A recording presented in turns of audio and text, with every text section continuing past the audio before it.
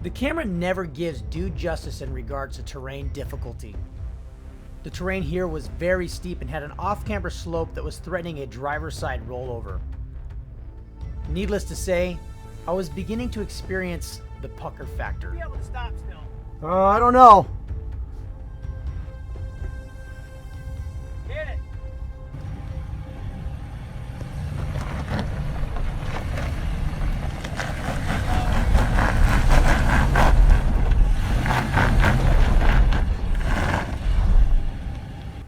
Well, it's not working out.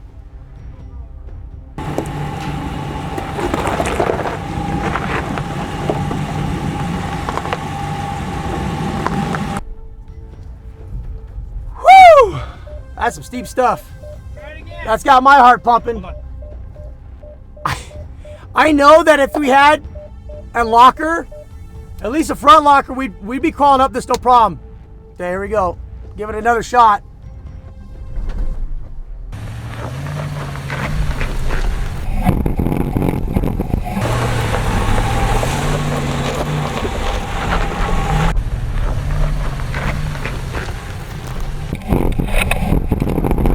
Yep, wow, boy, we actually made it on top.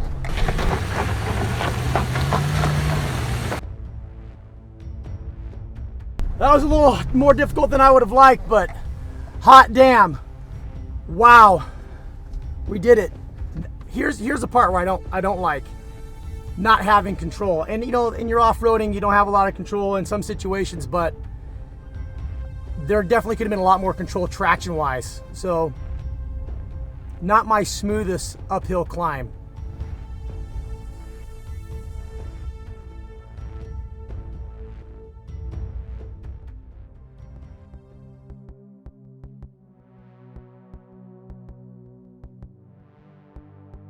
There's no shortage of hills. This whole place is just up and down, up and down. That's what I like. God, I like it too. Warm up them shocks. Woo! All day we moved the truck up and down between off-road mode and normal mode as we tackled each obstacle. Besides not trying to damage this beautiful new truck, we all took turns trying to get it into a situation where we could say, if only it had a true locker. I mean, we really pushed this rig. We pushed it so far that on more than one occasion we were more concerned for our own safety than damaging the truck. Hill after hill and slope after slope, the Rebel did not disappoint. The Toyo AT2s clawed up every hill with relative ease. My initial reservations of the truck's capabilities were beginning to dissipate with every hill it climbed. The Rebel was turning out to be a great trail runner. And at the end of day 2, I can confidently say this Rebel will be plenty capable for the vast majority of its buyers.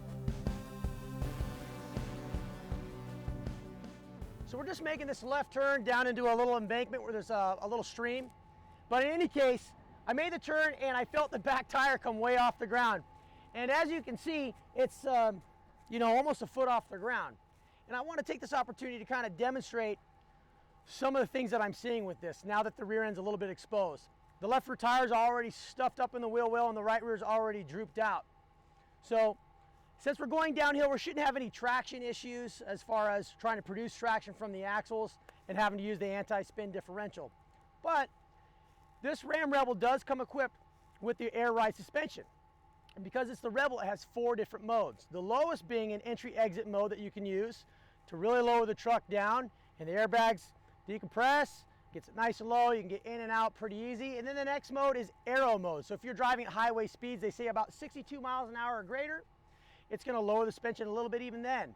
And then you have normal mode, which for me is my favorite so far. I find it to be just right off-road, enough cushion, the suspension, all that stuff. And then there's off-road mode, which raises it another 2 inches. So if you're really having an issue with ground clearance because of the type of terrain you're on, you're probably going to want to be in off-road, but it does make the suspension just a little bit more stiff.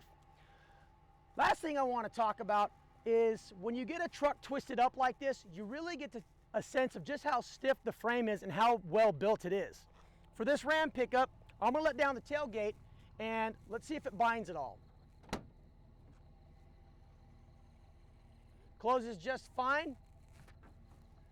I'm gonna walk back over to the door over here. I'm gonna open up and close the rear passenger door and see if there's any binding here. So, pretty strongly made truck. I'm fairly impressed. We're gonna carry on. We were happy to hit paved road at the end of day 2. The rough trails, endless hills, and constant drawing around had taken its toll. Luckily, day 3 was going to be a bit softer as we headed out to the desert, which had a healthy amount of sand dunes.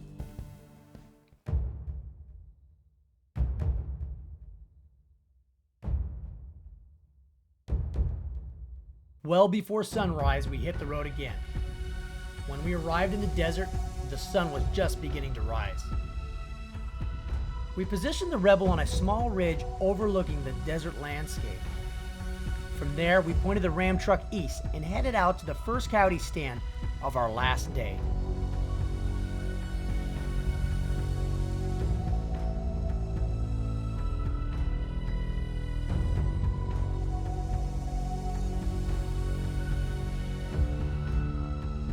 Other than our pursuit of coyotes, our main purpose in the desert was to test the Rebel at speed and in the loose sand.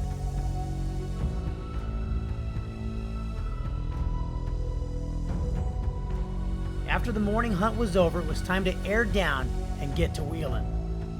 Without hesitation, we charged the dunes and let the Rebel do the rest.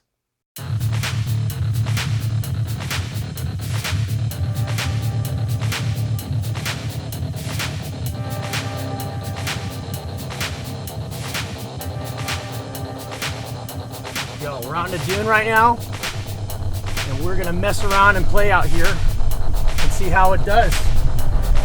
It's some pretty good sand. It's dune sand, so I don't know if Ram specifically made this to be a desert runner, but you know what? We're gonna ask it to do it and see how she does. See if she's compliant or not.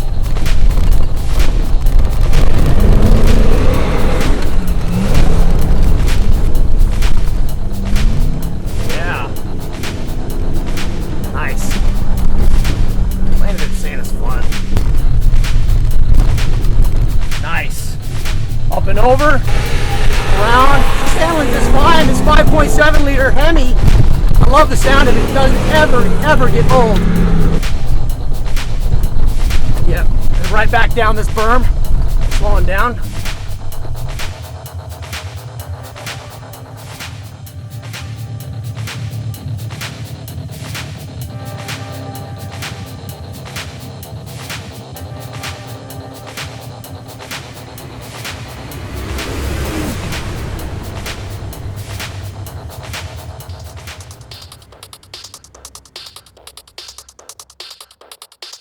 Got the Rebel in a sandy wash now, and let's see how it does. Normal mode. The sand helps with the suspension. I'm going to switch to two-wheel drive right now, see if I can get a little bit more liberty with the oversteer.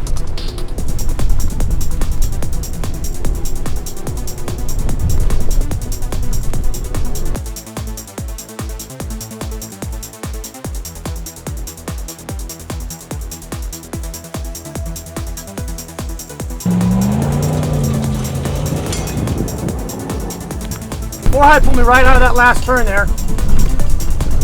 You hear a lot of rattling here. It's because of all the gear we have inside, but actually the steering and everything, seems very precise for an off-roader.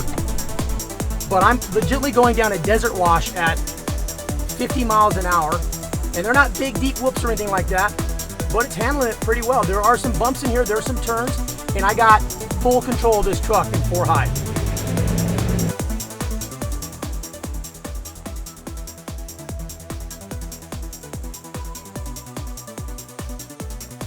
The donuts and high-speed runs were hard to resist on the dry lake bed. But now that I got that all out of my system, let's slow down a little and talk about this interior. The sharp looks of this Rebel extend to the interior as well. The interior of this Rebel felt fun. Plain and simple, it's a cool truck to spend time in. The red anodized trim, Rebel badging, and tread pattern seats created an environment that encouraged an adventurous spirit. I can see how hopping in this truck after a long day at work could brighten someone's mood. The Uconnect system is user-friendly and provided many options. We also found the center console to be quite useful for charging various electronics, and the cell phone tray was especially helpful.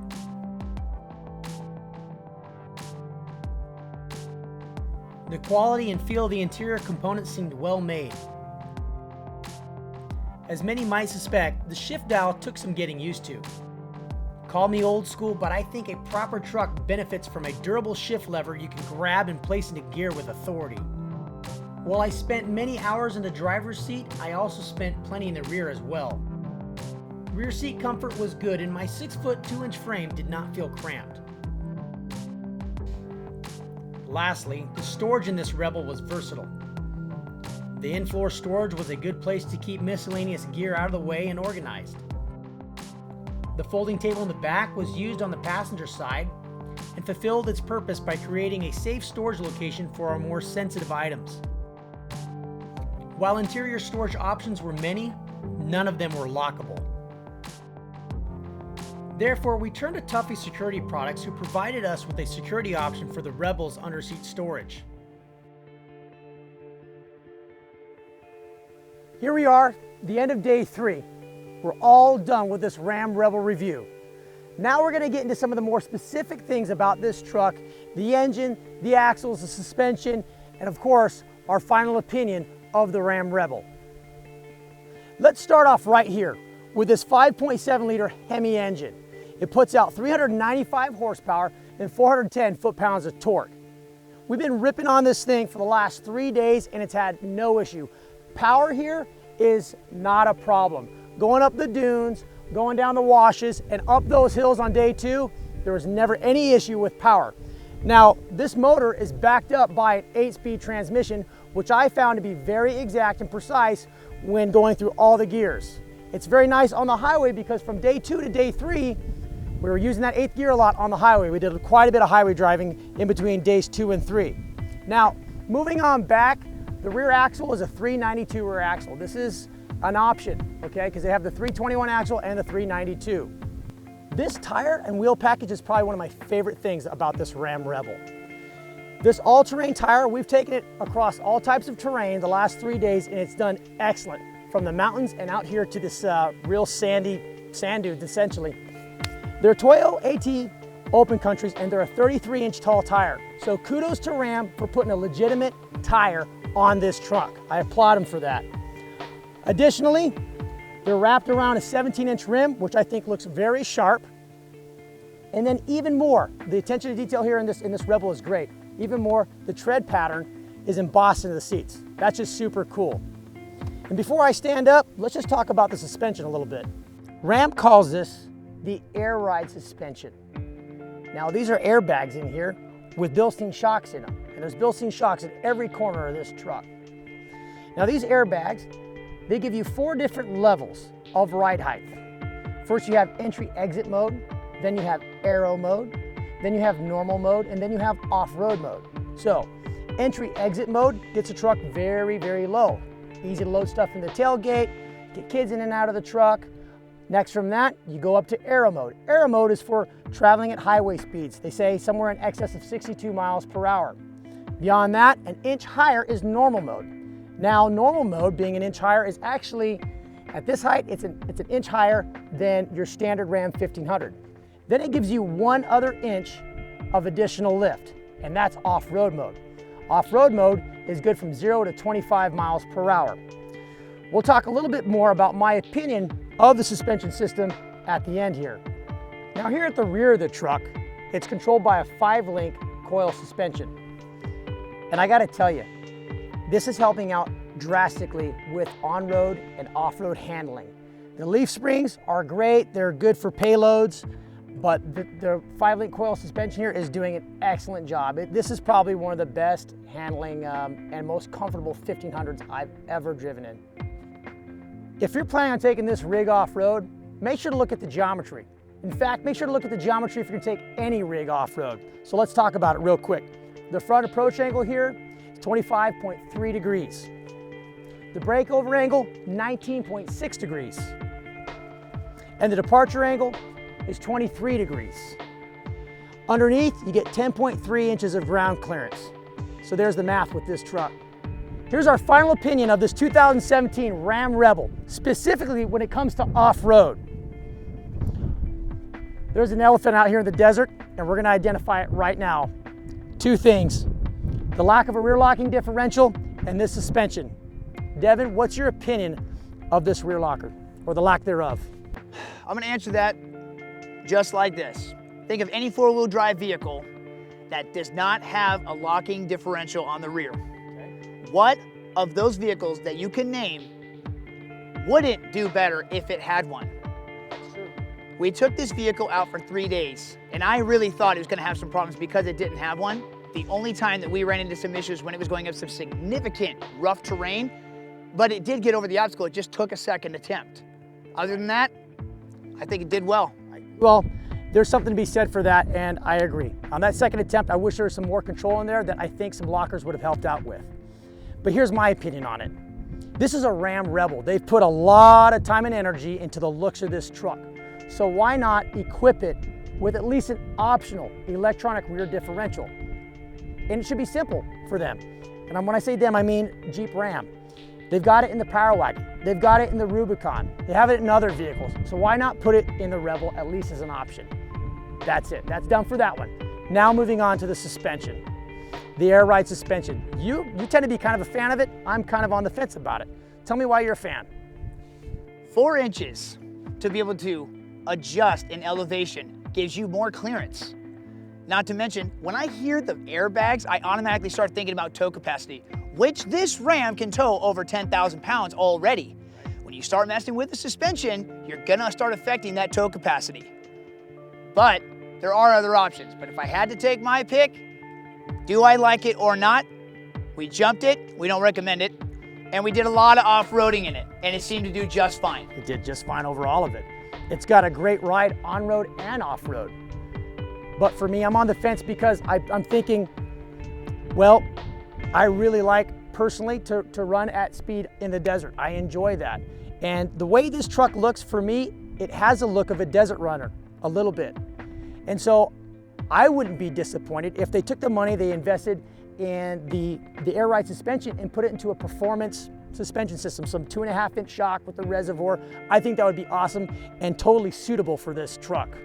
If you enjoy this adventure, please subscribe. If you want to learn more about us, visit adventurevehiclereviews.com, or you can follow us on Facebook and Instagram. Until next time, get there.